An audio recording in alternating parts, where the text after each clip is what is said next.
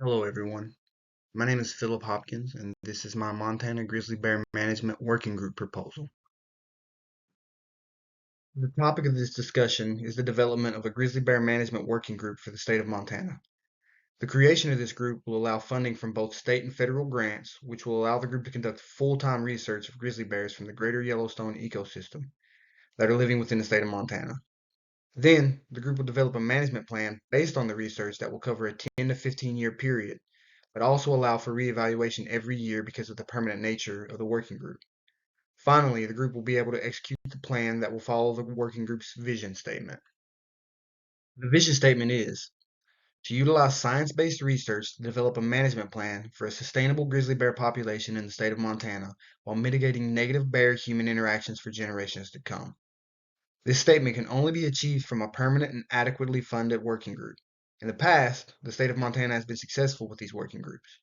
Mule deer, bighorn sheep, Rocky Mountain elk, sage grouse, and mountain lions have all seen a permanent working group established at some point in the history of Montana's Department of Fish, Wildlife, and Parks.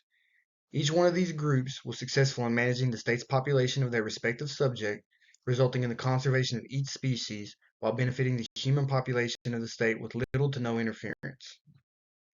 However, in the event that it's not feasible or not accepted to create a state-ran working group for the grizzly bear management, there's also room for alternative plans. The University of Montana and Montana State University are both state-run public universities. Each institution has a natural resources department that has an area of emphasis on wildlife biology and conservation.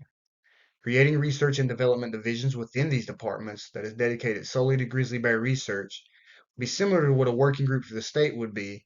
However, it's a means of creating that group while not allocating any additional funds for the group. This is an option if finding the funding becomes an issue. Some other alternative plans include bringing the previously formed Grizzly Bear Advisory Council back to a full-time status.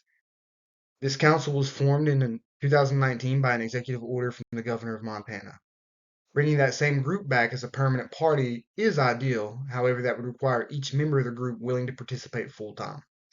There are also two other organizations within the Montana Fish and Wildlife Parks that are full time and fully staffed: the Wildlife Mitigation Advisory Council and the Wildlife Habitat Improvement Council.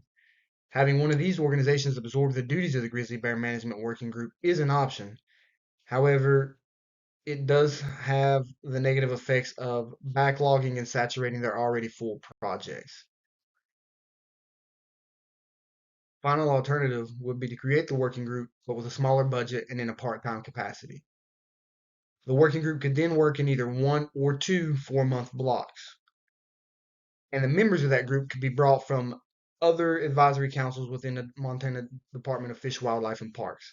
There's no additional pay going to them. However, their jobs would only be conducted part-time throughout the year. This could be done from March 1 to June 1 or September 1 to December 1. However, for any of these proposed methods to be deemed successful, 5 things need to occur. Number 1, research needs to be able to be conducted over an extended period of time.